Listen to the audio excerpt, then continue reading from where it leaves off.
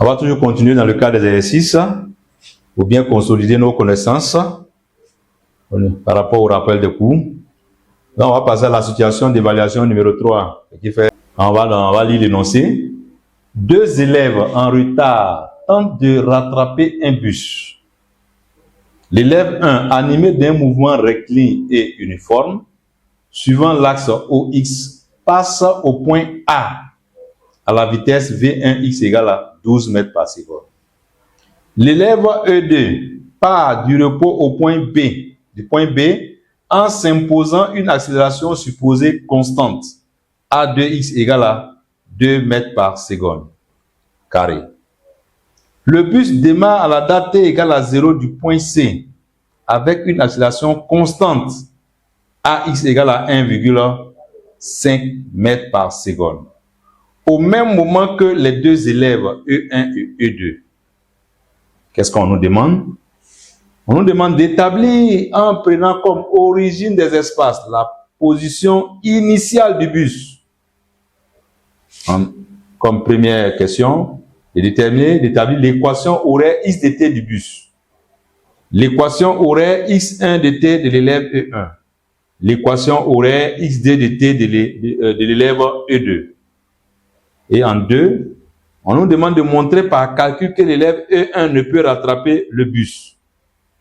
On demande également de déterminer la date t à laquelle l'élève E2 rattrape le bus. En 3.2, déterminer la distance d parcourue par l'élève E2 avant le rattrapage du bus. En 4, on termine en déterminant par rapport à l'origine des espaces choisis, la position x1 de l'élève E1 au moment où l'élève E2 rattrape le bus. Donc, quand je lis cet exercice fait référence aux équations horaires, comment les exploiter, et le temps de rattrapage. Comme les énoncés, au niveau de l'énoncé, je vais mettre les éléments les plus importants de l'énoncé. 2 élèves arrivent en retard. L'élève E1 déjà a un mouvement. E1, la nature du mouvement, il a un mouvement rectiligne uniforme. Voilà. Et la vitesse V1, x égale, je mets les données, 12 mètres par seconde. L'élève E2 est animé d'un mouvement, on dit il part du repos au point B en s'imposant. Donc s'il part du point B, tu pars du repos, donc ça veut dire déjà en s'imposant une accélération constante égale. Donc ça veut dire c'est un mouvement qui est rectiligne, uniformément varié. Et qu'est-ce qu'on connaît? On connaît l'accélération A2x égale à 2 mètres seconde carré. Et la vitesse de l'élève 2, la vitesse initiale de l'élève 2 égale à 0. Pourquoi? Il part du repos. Part du repos. Je continue. Le bus démarre à la date t égale à 0. Bus. À la date t égale à 0 du point C avec une accélération constante. AX égale à 1,5. Donc déjà, ça veut dire qu'on a un mouvement qui est rectiligne, uniformément varié. AX égale à 1,5 mètres seconde carré. Mais là également, on dit le bus démarre. Si ça démarre, ça veut dire que la vitesse initiale du bus égale à 0. Démarre. Quelque chose qui démarre, la vitesse n'existe pas, c'est 0. Donc, voici un peu les données. Et nous avons la distance qui sépare A et B égale à 25 mètres. La distance qui sépare AB, distance AB, 25 mètres. La distance qui sépare AC égale 100 mètres. Voici les données. Qu'est-ce qu'on nous demande? On demande d'établir en prenant comme origine des espaces. C'est très important, origine des espaces. La position initiale du bus. Voilà. On prendra comme origine des espaces la position initiale du bus. Ça veut dire quoi déjà? Ça veut dire que où le bus se trouve, initialement, on doit prendre x égale à 0. Ça part de là, on va commencer x égale à 0. On va comptabiliser. La position du bus est prise comme x égale à 0 au niveau du repère. Ça part de là, on va commencer à compter. Donc, en prenant mon schéma, voilà un schéma, l'axe, je positionne le bus, l'élève 2, l'élève 1. La position du bus, c'est là, à t égale à 0. Donc là, t égale à 0. Et on nous dit que x du bus égale à 0 aussi. C'est une des données. Donc voici tout mon récit qui est un peu schématisé. Et je vais répondre à mes questions. 1. Équation horaire x de t du bus. Alors, nous avons trois systèmes ici. Il y a l'élève 1, l'élève 2 et le bus. On nous demande l'équation horaire x dt du bus. Le bus, on a un mouvement, comme on l'a dit tout à l'heure, on a un mouvement qui est rectiligne uniformément varié. Ce qui veut dire quoi? Ça implique que l'équation horaire se met sous la forme x dt égale à quoi? 1 demi de a x dt plus v0t plus x0. Voilà la forme générale qu'on a vue au cours. L'équation horaire se met sous la forme 1 demi de a xt plus v0t plus x0. A, c'est l'accélération. V, c'est la vitesse initiale, c'est-à-dire au départ, à l'instant t égale à 0.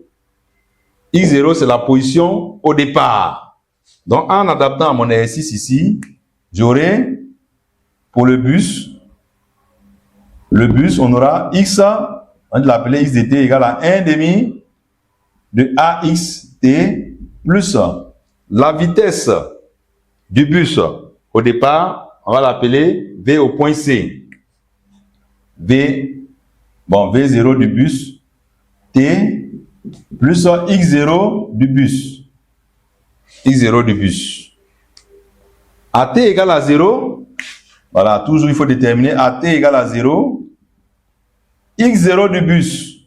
On a dit quoi? On prendra le point, la position du bus comme origine des espaces. Ça veut dire quoi? Ça, à partir de là, on va commencer à compter x égale à 0. Donc x0 du bus égale à 0. Et v0 du bus égale à 0 également. Pourquoi? Parce que le bus démarre égale à 0. Bus démarre. C'est là le bus démarre. Donc si le bus démarre, ça veut dire que le bus était arrêté, donc la vitesse est nulle. Finalement, x dt égale 1 demi ax, on a déjà le ax, ça fait 1,5. T, on a oublié le carré ici, t carré plus 0 plus 0. Tout calcul, x dt va nous donner de 0,75 t carré. Voici l'équation horaire du bus. L'équation horaire du bus égale à 0,75 t carré. Donc, qu'est-ce que je connaissais? Je connaissais l'accélération. Je sais que aussi la trajectoire est rectiligne. Donc, c'est-à-dire qu'on a un mouvement rectiligne uniformément varié. La forme de l'équation horaire se met cette forme. Et ensuite, comme c'est le bus, je vais l'adapter au bus. Le bus d'accélération, c'est AX dans l'énoncé. Sa vitesse initiale, moi, je l'appelle V0B. La position initiale, je l'appelle V0, X0B. X0B vaut 0 parce que le bus, la position du bus est prise comme origine des axes. Quand on dit origine des axes, ça veut dire que c'est là qu'on va compter X égale à 0. V0B du bus, la vitesse initiale du bus, c'est-à-dire à l'instant t égale à 0, quelle est la vitesse du bus? La vitesse du bus vaut 0. Pourquoi? Parce que le bus démarre. Si le bus démarre, ça veut dire que le bus était arrêté. OK. Et là, je remplace et je trouve l'équation horaire. Je passe au 1,2. 1,2. Équation horaire x1. Équation horaire x1 de t de l'élève E1. de l'élève E1. L'équation aurait x1 de t de l'élève E1. Je vais regarder l'élève E1. L'élève E1 est animé d'un mouvement rectiligne uniforme. Mouvement rectiligne uniforme. Ce qui veut dire quoi? Quelle est la forme de l'équation horaire? L'équation horaire se met sous la forme x de t égale à v0t plus x0. Je rappelle toujours la forme générale et je vais l'adapter à mon exercice. Mouvement rectiligne uniforme, l'équation horaire se met sous la forme x de t égale à v0t plus x0. J'avais à l'élève E1. E1, ce qui implique quoi? On dit de l'appeler la position x1 de t égale. Ça fait v01 de l'élève, ce qu'on a appelé ici v1x, plus x au point A. Voilà, c'est la position par rapport à l'origine du repère. X au point A. Je vais déterminer maintenant. À t égale à 0, quelle est la position du point A? À t égale à 0, quelle est la vitesse de l'élève? La vitesse de l'élève, on connaît déjà, lui, il est là 12. Mais à t égale à 0, xa, je ne connais pas. Je dois déterminer le xa. xa, c'est la position de l'élève 1, E1, à l'instant t égale à 0. Pendant que le bus était ici, lui, il est là.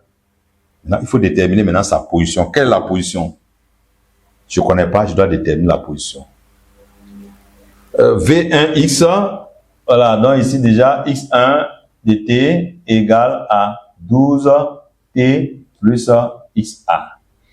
Déterminons maintenant xa. xa, c'est xa qui est ici. Je ne connais pas, ils ne nous ont pas donné.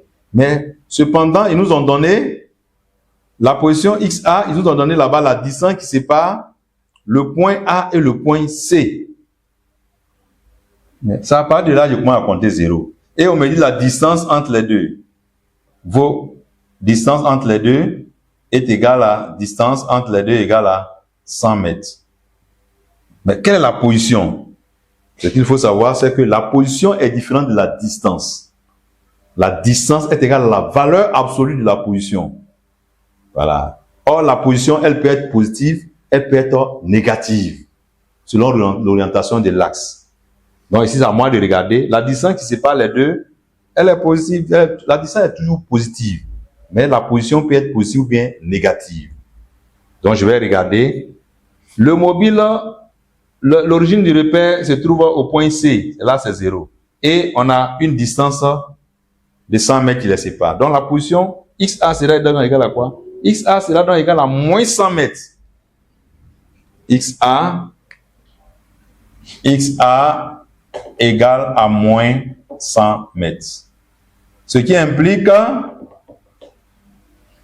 donc quoi? Que x1 de t égale à 12t moins 100. Voici l'équation horaire. On peut bien remplacer. À l'instant t égale à 0, on constate que x1 égale à moins 100. Il est à moins 100 parce que ça part de là, on commence à compter 0, 1, 2, 3, 4. Tout ce qui vient ici, c'est moins. Voilà, mais en distance, elle est positive, mais en position, elle est négative. Donc, toujours, il faut regarder l'orientation de l'axe. L'axe est orienté là, et maintenant, nous, on est côté négatif. Côté négatif, ça compte moins. C'est pourquoi nous avons moins 100 là-bas. Passons maintenant à la détermination de l'équation horaire x. 1, 3, équation horaire x2 de t de E2 de l'élève 2. Équation horaire x2 de t de E2. Je vais regarder la nature du mouvement aussi. E2 est animé d'un mouvement rectiligne uniformément varié. Mouvement rectiligne uniformément varié. Ce qui implique quoi? L'équation horaire se met sous la forme x égale à 1 demi de axt carré plus v0 t plus x0. Je vais l'adapter maintenant à l'élève E1. E1 implique x2, on dit de l'appeler x2 de t égale à 1 demi de a 2x t carré plus v02 de l'élève plus x02 de l'élève. Voilà la position initiale de l'élève. Et la position initiale de l'élève, c'est égal à quoi? C'est égal à la position xb. AX, je reviens, A2x égale, c'est donné dans le test, on a déjà le copier de l'autre côté, ça vaut 2 mètres seconde moins 2. V0 de l'élève numéro 2, on dit il était au repos. Donc ça veut dire la vitesse initiale est égale à 0. Et x02, c'est égal à quoi? Ça fait x dB. Ça fait x dB. À nous maintenant de retrouver x dB. Voilà x dB. Or, je connais cette distance. Ici, ça fait 25 mètres. Et là, il fait 100 mètres. Mais à moi de trouver maintenant, quelle est la distance qui est là? Pour avoir cette distance, je fais quoi? Je fais 100 moins 25. 100 moins 25. Mais, ça se trouve du côté négatif. 100 moins 25, ça fait quoi? C'est comme si on avait 100 moins 25, c'est 75. Mais on est du côté négatif. Donc, ça fait quoi? C'est comme si on avait moins 100, moins 25. Est-ce que ça veut dire? Moins 100 ici. Moins 25. Donc, ça me fait moins 75. Donc, x dB égale à moins, on a 100, moins 100 moins 25. Donc, c'est égal à moins 75 mètres. Finalement, je remplace x dt de 2 dt égale 1 demi facteur de 2 t carré plus 0 fois t moins 75. Tout calcul x de t va nous donner t carré moins 0. Il y a écrit quoi? Il y a écrit 75, ouais, c'est ça.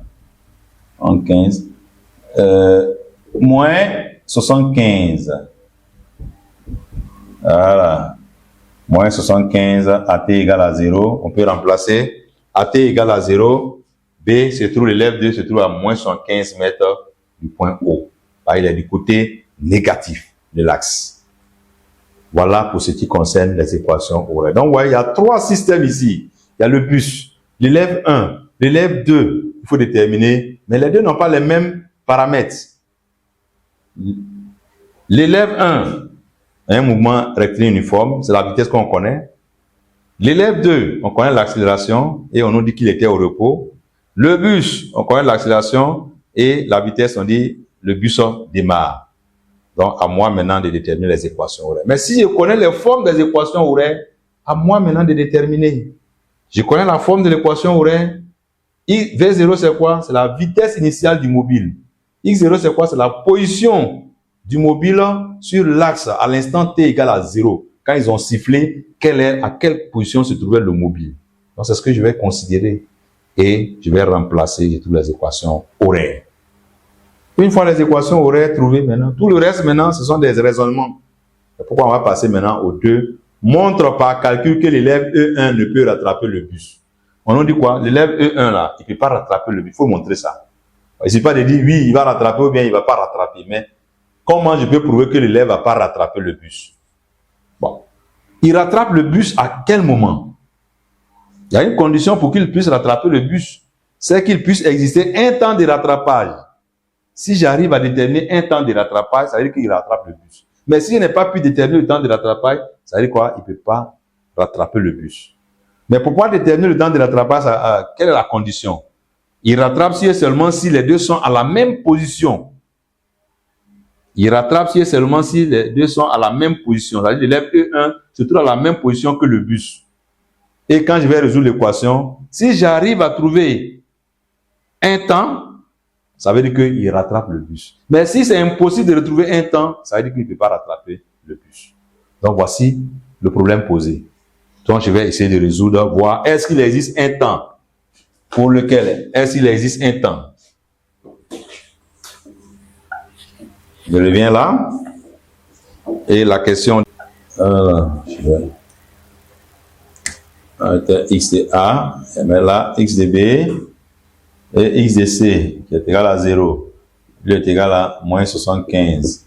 Lui est égal à moins 100. Voilà, au vu des valeurs qu'ils nous ont données. Ok. Petit 2.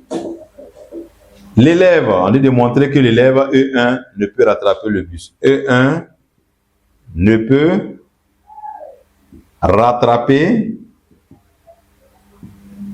le bus. E1 rattrape le bus seulement si... Donc on doit montrer quoi? On doit montrer qu'il n'existe pas de temps pour lequel... On doit montrer ici qu'il n'existe pas un temps. Il n'est pas possible de trouver un temps pour lequel l'élève rattrape le bus. Montrons.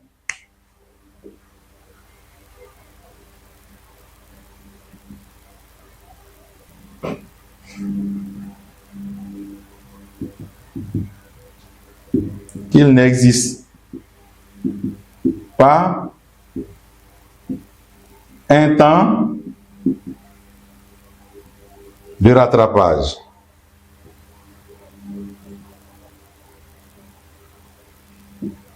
On doit montrer qu'il n'existe pas un temps de rattrapage. Il n'existe pas un temps de rattrapage. E1, l'élève E1 rattrape le bus si et seulement si, quelle est la condition? La condition, il faut que x1 de l'élève soit égal aussi à x du bus, x dt. Le bus, c'est x dt. On a déjà donné. Donc, à moi de résoudre l'équation. Si l'équation admet une solution, ça veut dire que l'élève va rattraper le bus. Mais s'il est impossible de trouver une solution de cette équation, ça veut dire que l'élève ne va pas jamais rattraper le bus. x1, x1 est égal à quoi? X1 est égal à 12t moins 100 égale x vaut 0,75 t carré. On va résoudre 0,75 t carré moins 12t plus 100 égale à 0. On obtient quoi? On obtient un polynôme de second degré. Polynôme de second degré avec variable t. Polynôme de second degré, je dois penser à quoi? Pour pouvoir résoudre cette équation, on doit penser à un discriminant. Discriminant égale à quoi? B carré, en mathématiques, B carré moins 4AC. Je vais l'appliquer. Le B, c'est lui qui est là. Le A, et voilà, le C. Donc, en appliquant le discriminant, on aura discriminant égal à moins 12 au carré, moins 4 fois 0,75 multiplié par 100. Et tout calcul va nous donner, comme pour le discriminant, nous donnons moins 156 égale à moins 156. Qu'est-ce qu'on constate? On constate que le discriminant est inférieur à 0. En mathématiques, quand vous avez un discriminant qui est négatif, ça veut dire que la fonction n'admet pas de solution. Discriminant est inférieur à 0. Alors, cette équation n'admet pas de solution. Je vais continuer. Discriminant inférieur à 0, alors cette équation n'admet pas de solution. N'admet pas de solution. Si elle n'admet pas de solution, par conséquent, ça veut dire quoi? Il n'existe pas de temps de rencontre. Voilà, c'est impossible. Par conséquent,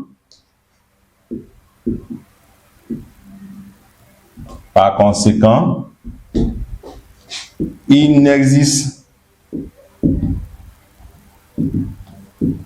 pas un temps pour lequel l'élève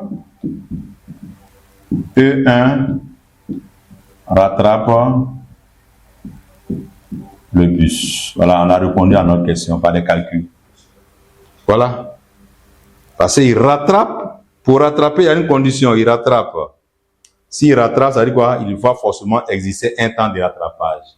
Mais ce temps de rattrapage, comment on peut le déterminer? On peut le déterminer à partir de l'égalité entre les positions. Il le rattrape si et seulement si les deux sont à la même position.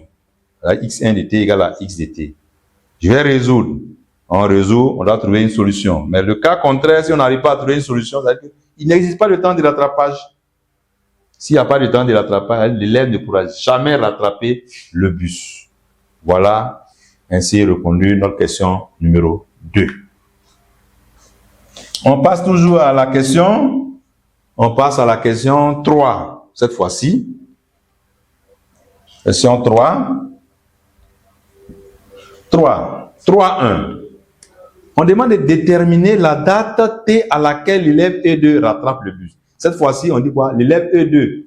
Là, on nous confirme que l'élève E2, lui, rattrape le bus. L'élève, la date, dans c'est T1, T, la date T de rattrapage, T égale à 0, T égale à 2, T égale à 1, ainsi de suite. Voilà. Mais les positions peuvent être négatives, mais le temps, on n'a pas de temps négatif. Ensuite, on nous demande la distance parcourue par l'élève E2 avant le rattrapage du bus. La distance que l'élève E2 a parcourue avant de rattraper le bus. Mais je vais chercher la position.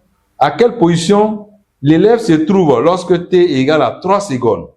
Si j'ai la position, la distance parcourue, c'est quoi? Je vais chercher sa position. Quelle est la position de l'élève d'abord? Une fois que je connais sa position de départ et sa position finale, la position de départ est déjà connue. On a déjà développé ici, c'était égal à moins 75 mètres. Mais quelle est sa position finale au bout de 3 secondes? Si je connais la position finale, la position initiale, je peux calculer la distance qui sépare les deux. E2. Cette fois-ci, là, on confirme. Dans le test, on nous dit l'élève E2 lui rattrape le bus. Donc, ça veut dire quoi? Je pose toujours la même condition. Il rattrape si et seulement si la position de l'élève E2 c'est la même que la position du bus. E2 est la même position que la position du bus. E2, il est là-bas encore. Ok, il est devant. On aura besoin de l'équation. L'élève E2 rattrape le bus. L'élève E2 rattrape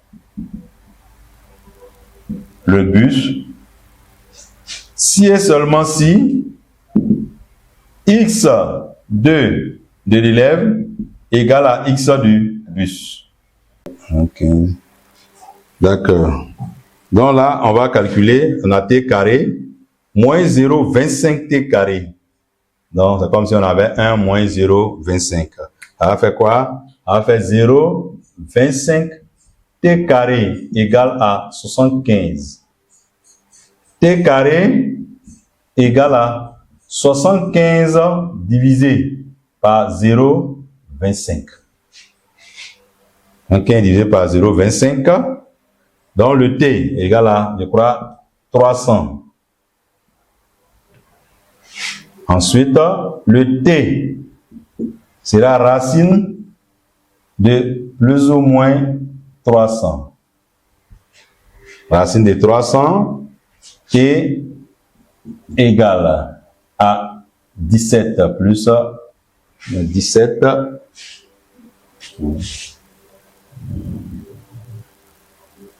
17,32. 17,32 secondes. Donc ici, on va prendre le temps de rattrapage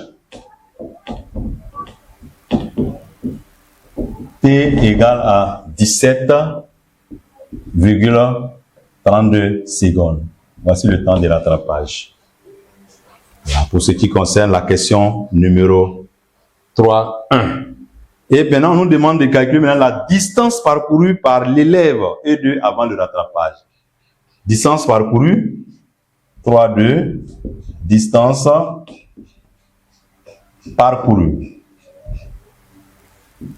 La distance parcourue, D1.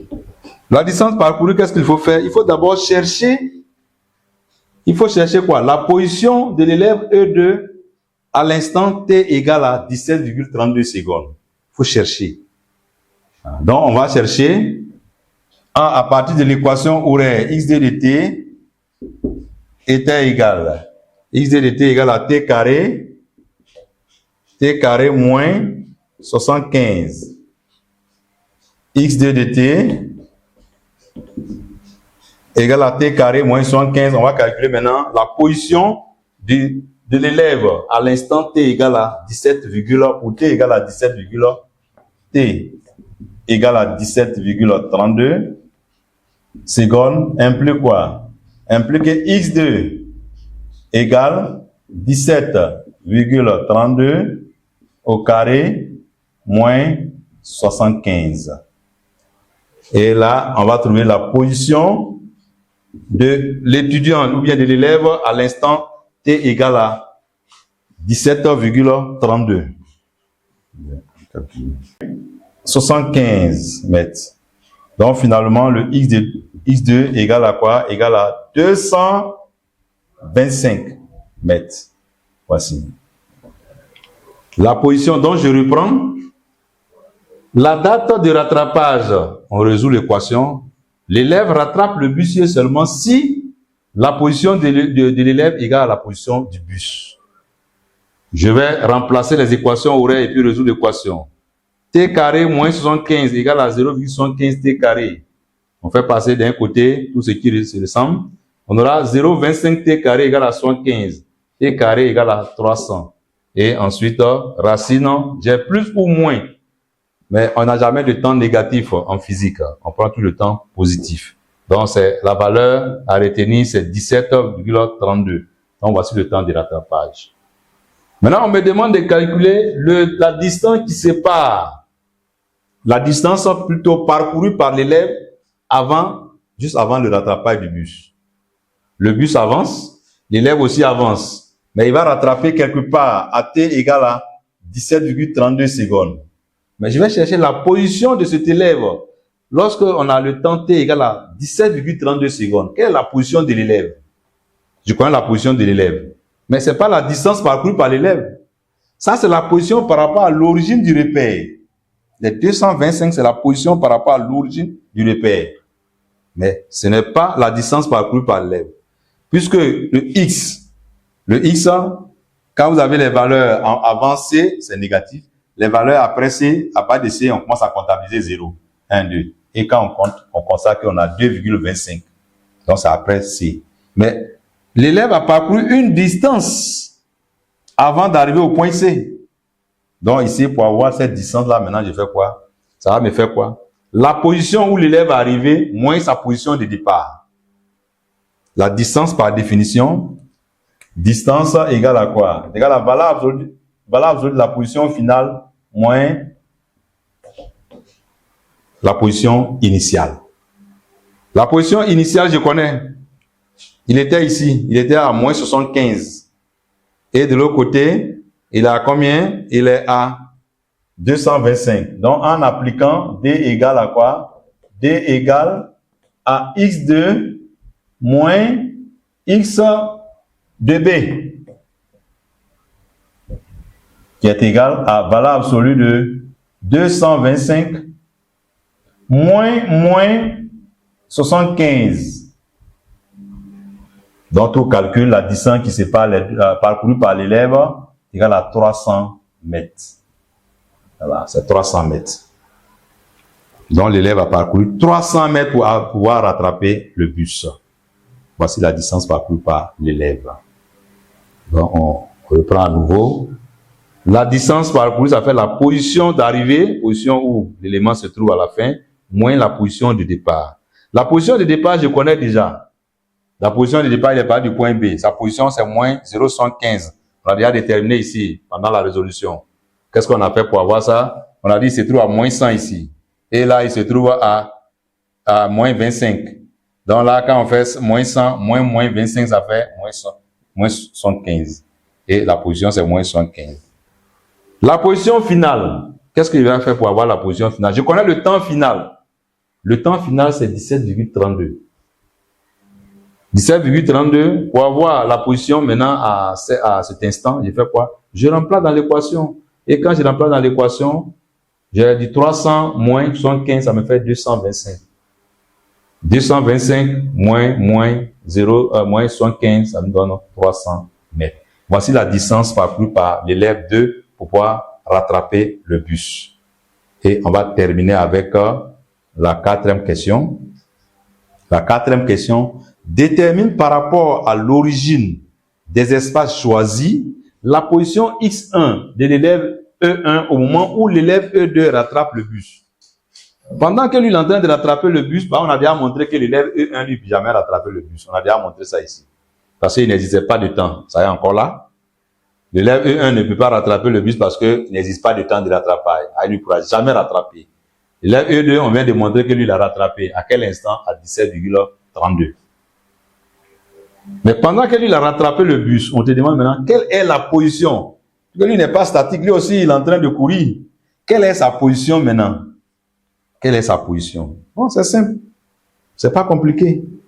Je connais la position de l'élève en fonction du temps. C'est-à-dire l'équation horaire de l'élève numéro 1. On connaît par rapport au temps. Mais je connais le temps de rattrapage. Au bout de 17 secondes, qu'est-ce que ça vaut la position de celui-là? Donc, je vais chercher son équation, l'équation de celui-là, et je vais remplacer le temps par sa valeur. Donc, je vais terminer là. L'équation, c'est 12. Voilà, son équation encore là. 4. Position X1. X1 de E1 au moment du rattrapage.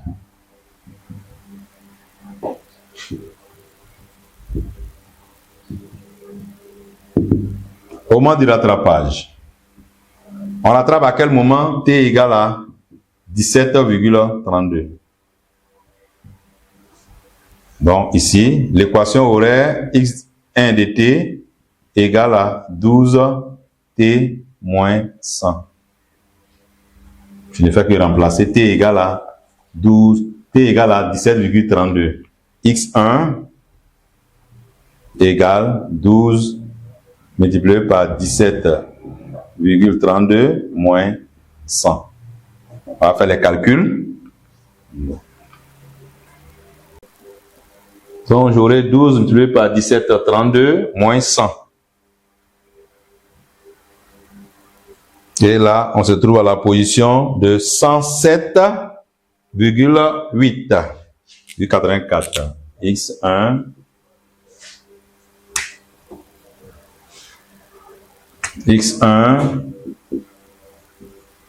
107,84 mètres.